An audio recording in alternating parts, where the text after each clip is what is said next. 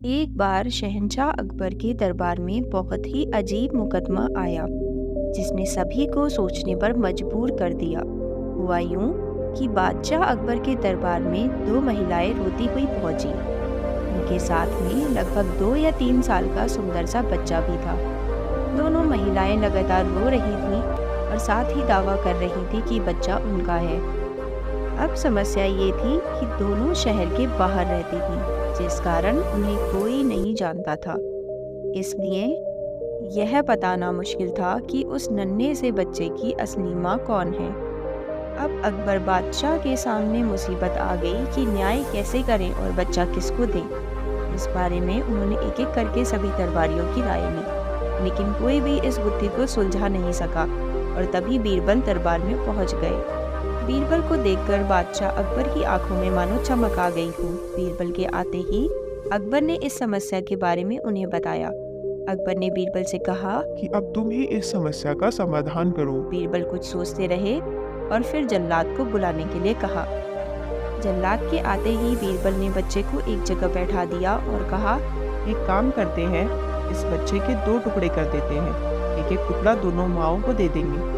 अगर इन दोनों महिलाओं में से किसी एक को यह बात मंजूर नहीं है तो जल्लाद उस महिला के 2 टुकड़े कर देगा।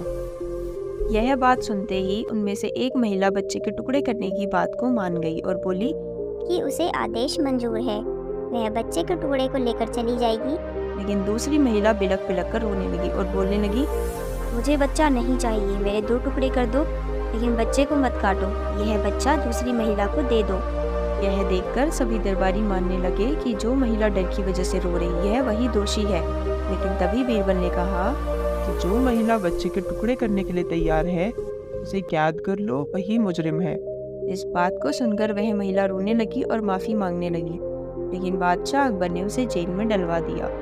बाद में अकबर ने बीरबल से पूछा कि तुमको कैसे पता चला कि असली माँ कौन है? तब बीरबल ने मुस्कुराते हुए कहा, महाराज, माँ सारी मुसीबतों को अपने सर पर ले लेती है, लेकिन बच्चे पर आँच नहीं आने देती।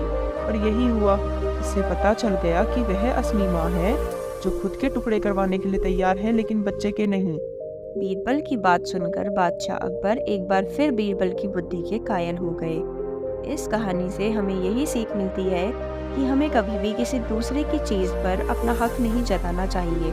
साथ ही हमेशा सच्चाई की ही जीत होती है और समझदारी से काम लेने पर हर समस्या का हल निकल जाता है।